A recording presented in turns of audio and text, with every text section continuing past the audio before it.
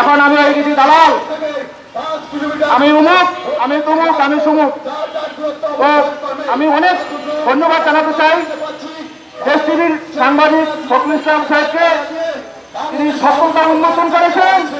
আমরা চাই এই ঘটনার সত্যতা উদ্বোধন করে যেন তার বিরুদ্ধে আইনানুগ ব্যবস্থা নেওয়া হয় এবং বাংলাদেশ শ্রমিক ফেডারেশনের যে সভাপতি, যার নেতৃত্বে একক নেতৃত্বে এই ধরনের নৈরাজ্য নৈতিক করে শ্রমিক দ্বারা শ্রমিক লাঞ্ছিত করা হচ্ছে, তার সুস্থ ন্যায় বিচার যেন শ্রমিকরা পায় এবং নৌ পরিবহন উপদেষ্টা এসব সাহেবকে যে কটূক্তমূলক কথা বলা হয়েছে তার বিরুদ্ধে আইনানুগ ব্যবস্থা নিতে হবে। এবং দেশ টিভিতে ফখরুল সাহেব আছেন, দেশ টিভির সাংবাদিক, তার সাথে আমরা সাধারণ শ্রমিক যারা আছি তার সাথে আমরা আছি। এবং আপনি বিচলিত হবেন না, তার পাশাপাশি অন্যান্য মিডিয়া যে সাংবাদিক ভাইরা আছেন, আপনারা তথ্য দিয়ে আমাদেরকে সহযোগিতা করবেন এবং সরকারকে সহযোগিতা করবেন যেটা সত্য, আসল সত্য যেটা সেই সত্য উদ্ঘাটন করা হয়। পিছনে হটলে চলবে না। 17 বা 15 বছরের যে জুলুম নির্যাতন সহ্য করে মানুষ গণঅভ্যুত্থানের মতো পরিবেশ তৈরি করেছে, সেই রকমের পরিস্থিতি থেকে আমরা উদ্ঘাটন বেরিয়ে আসতে চাই। আমরা চাই আমাদের যে সংগঠনের যে গঠনতন্ত্র আছে সেই সংগঠনের গঠনতন্ত্র অনুযায়ী নেতা নির্বাচিত হবে।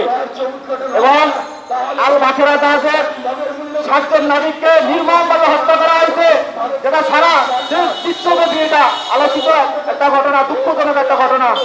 বাবার শোকে ছেলের শোকে বাবার মৃত্যু, মোট 8 জন এবং একজন চিকিৎসাধীন অবস্থায় আছে।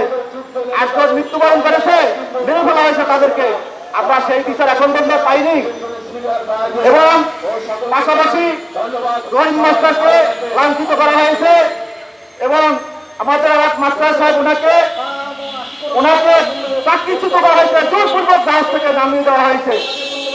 আমরা এই ধরনের এই যে সাংগঠনিক বৈষম্যের কারণে অনেক নেতারা, এই যে তারা নৌযাত্রী federation, launch labour association, Bangladesh library শ্রমিক ইউনিয়নের নেতৃবৃন্দদের পর্যায়ে যারা আছে তারা মুখ খুলতে পারতেছে না ওনার একক আধিপত্যের কারণে।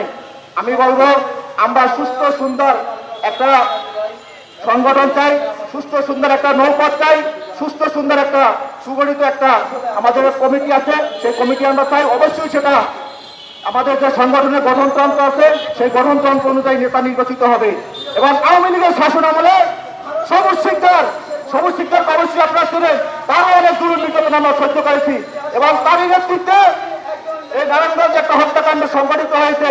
আমি জোরালো আবেদন জানাবো যেন সেই হত্যার রহস্য উদ্ঘাটন করে তার বিরুদ্ধে যেন আইনানুগ ব্যবস্থা নেওয়া হয় সবুজ শিকদারের বিরুদ্ধে, এবং এই শাহলম্বী আছে তার বিরুদ্ধে যেন সঠিক তদন্ত করে তাদের বিরুদ্ধে আইনানুগ ব্যবস্থা নেওয়া হয়। ধন্যবাদ সবাইকে। আসসালামু আলাইকুম রহমতুল্লাহি ওয়া বারাকাতুহু। ধন্যবাদ স্বাগত ভাইকে।